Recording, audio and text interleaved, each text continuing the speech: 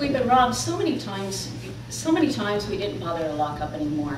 And Neil and I could not afford to replace the TV, so we watched our favorite dance show Thursdays down the street at Cosby's Grill. No one there had wanted to watch dance, but Carl had taken mercy on us because of all the break-ins. And besides, I'd agreed to work the late shift behind the bar on Saturdays.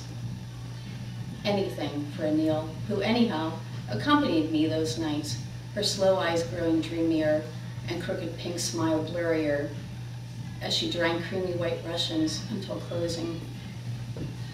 "Aren't you afraid to sleep there?" asked my mother when we stopped by to borrow her blender.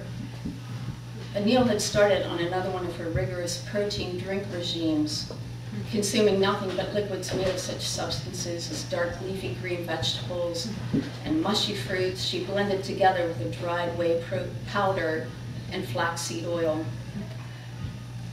These concoctions were putrid shades of gray and puce, but she swore the mixtures were what kept her brain sharp and her complexion clear. But Mother would not lend us her blender because she feared it would be stolen. "You can come by and use it," she told Neil lovingly enough. But going out to the suburbs 3 times a day? A small frown pinched Neil's face. "Never mind," I told her on the bus home. "Give me another week, and I will have you a new blender."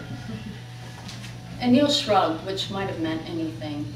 She pulled her paperback out of her bag and began reading. The robbers hadn't stolen her books, at least not that we had discerned. Did thieves ever take books? I stared out the black window, though saw nothing but my own murky reflection. I suppose we all believed the thieves would strike again. Yet when I looked around the apartment, I had to admit there was little left to take. The iron and Neil's electric toothbrush.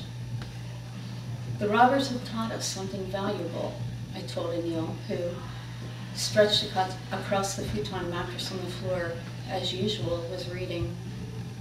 Her eyes finished scanning a line or two before she put her finger in the book to mark her place and shut the cover.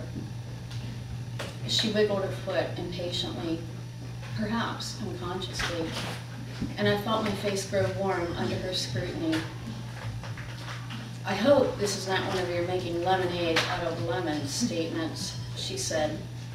Delicate creases ran vertical between her dark brows.